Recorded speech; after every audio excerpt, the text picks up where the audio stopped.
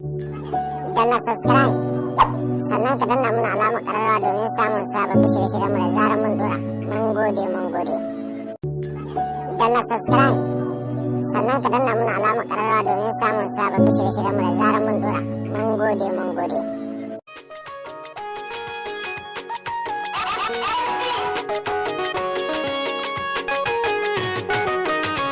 Ina rike tauga ta da kyau ga ta da kirki. Ina rike tauga ta da kyau ga ta da kirki.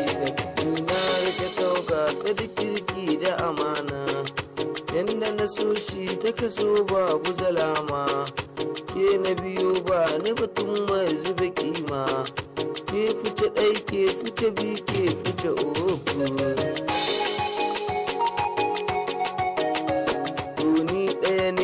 Ki rike ba ki da ƙari, ni dai kika so tuke na fi so ba ni da tsari. Ai dai da fara ɗauki baka baya da aibi, don ko a gari ai bidiri da miya amana. So ya bi jini ya bi jiki zuci ta nuna, mu dai a gari mu rike so mu aka koyi. Ko na yi dare ke na kanuni a garinmu, kogi na zuma shi muka fada madarar su. Ki kyale mu fada su yi ta fada baki da aibi, kwalli aka so in a ido ne aka shafi. Zaki na zuma ya fi maɗiya wuce ganda, so ɗan mazari bi ni mutaka da rawar su. Harshe ya ka aiki a faɗe baki ya furta, tsami da damu ba su da shakka a fahimta.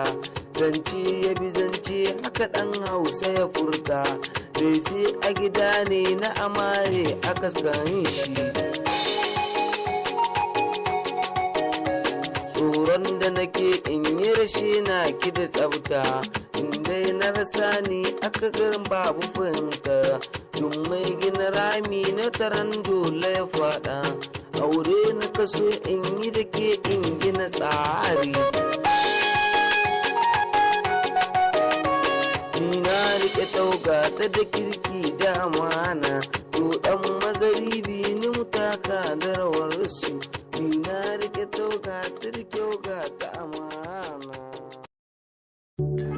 Danna subscribe sannan ka danna mana alamar ƙararrawa domin samun sababbin shirye-shiryen mu da zarar mun dora. Mun gode. Danna subscribe sannan ka danna mana alamar ƙararrawa domin samun sababbin shirye-shiryen mu da zarar mun dora. Mun gode.